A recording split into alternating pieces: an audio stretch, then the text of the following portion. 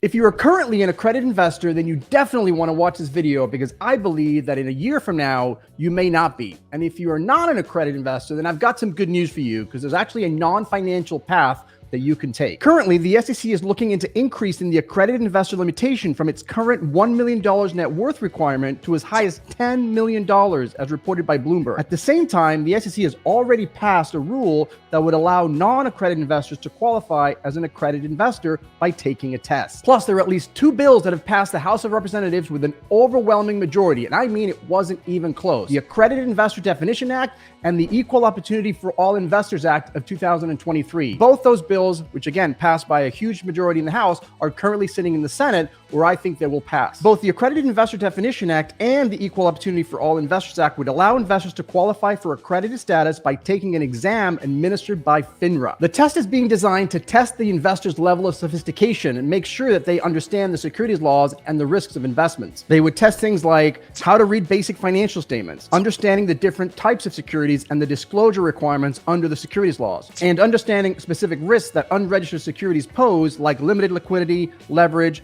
and concentration risks. So as you can see, the test is not going to be a walk in the park. And here's what I think is going to happen over the next year. The accredited investor limits are going to increase. Currently, an accredited investor individually is anybody who has a net worth of $1 million, excluding their primary residence, or individuals who have earned $200,000 the last 2 years with a reasonable expectation of earning that this year. And if you're combining with a spouse, it's going to go to $300,000. Now, the SEC has already indicated that they want to raise that limit. Now, even though Bloomberg said 10 million, I don't think it's going to be that high, but it's going to increase, whether it's 2 million, 3 million, 4 million, the net worth requirement is going to increase. I've been on record as saying that I think the limit is going to go up to about $3 million because that is what $1 million back in 1982 is what it is today, adjusted for inflation. So if you just go back to 1982, $1 million back then, adjusted for inflation, I believe is about 2.8 or 2.9. So I believe the limit is going to be increased to $3 million.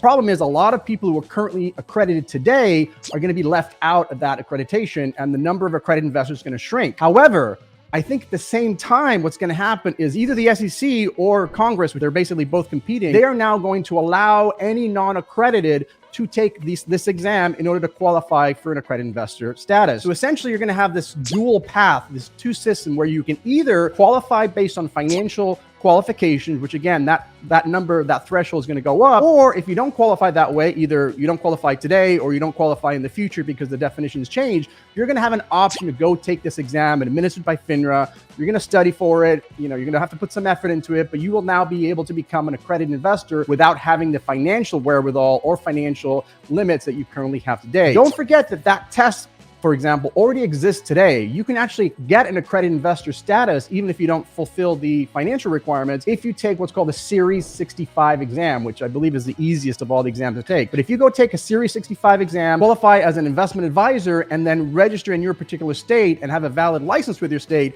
you now become accredited. And I've done some reports on that before, which I'll link below in the comment if you're interested. But that's what's going to happen. Two paths, either financial, which is going to be higher, or you're going to be able to take a test so that your financial wherewithal will no longer limit your ability to invest in some of these lucrative private placements that are only available to accredited investors. I'm curious to hear your thoughts and specifically what that limitation is going to be. Do you agree with me that it's going to be close to 3 million, or do you think it's going to stay the same or higher? Drop a comment and I'll see you in the next video.